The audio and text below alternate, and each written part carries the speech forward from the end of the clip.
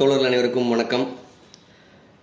நீங்கள் தேர்தல் முடிஞ்சு யாருக்கு இங்கே ஆட்சி அமைப்பதற்கான வாய்ப்புகள் இருக்குது அப்படிங்கிற விடயங்கள்லாம் நடந்து கொண்டு இருக்கும்போது மயான அமைதியாக இருந்த பாஜக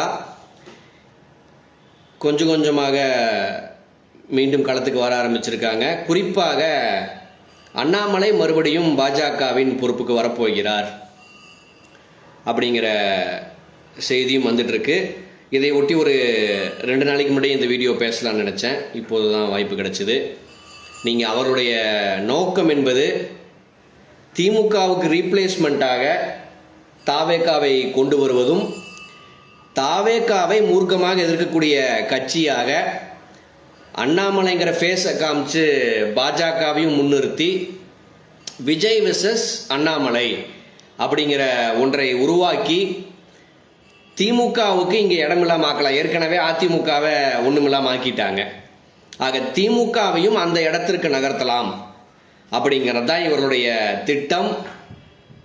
ஆக இனி பாஜக வரும் நாட்களில் மிக மூர்க்கமாக விஜயை எதிர்ப்பாங்க. விஜய்க்கு மீண்டும் கிறிஸ்துவ முகத்தை கொடுப்பாங்க. நீங்கள் விஜய் கோயில்களில் போய் அங்கே ஸ்டண்ட் அடித்தப்பெல்லாம் எப்படி விஜயை கோயிலுக்குள்ளே அனுமதிக்கலாம் அப்படின்னு மூர்க்கமாக கேட்காத இவங்க இனி விஜயை கிறிஸ்துவ பிரதிநிதியாக அடையாளப்படுத்துவாங்க. அதை செஞ்சு அதற்கான எதிரணியாக நாங்கள் தான் இருக்கோம். ஆக விஜயை வேண்டான்னு விரும்புகிறவங்கெல்லாம் எங்களுக்கு தான் ஓட்டு போட்டு ஆகணும் அப்படிங்கிற ஒரு உளவியல் நிர்பந்தத்தை இங்கே ஏற்படுத்தி நீங்கள் திமுகவை நேரடியாக வீழ்த்த முடியாது. அதற்கு பதிலாக திமுகவினுடைய இடத்தை நம்ம இப்படி பிடிச்சிடலாம் அப்படிங்கிற திட்டத்தோடு தான் இவங்க காய் நகர்த்து இருக்காங்க அப்படிங்கிறது தான் உண்மை. ஏன்னா டிவிக்கே வெர்சஸ் திமுகன்னு சண்டை போட விட்டுட்டு 3வது இடத்தை அதிமுகவுக்கு விட்டுட்டு 4வது இடத்தில் அமர்வதற்கு அவங்க ஹிஸ்ட்ரியானது அப்படியானதாக இல்லை. அவங்க நிச்சயம் இந்த வேலை தான் செய்ய போகிறாங்க அப்படிங்கிறத நம்ம அடித்து சொல்லலாம்.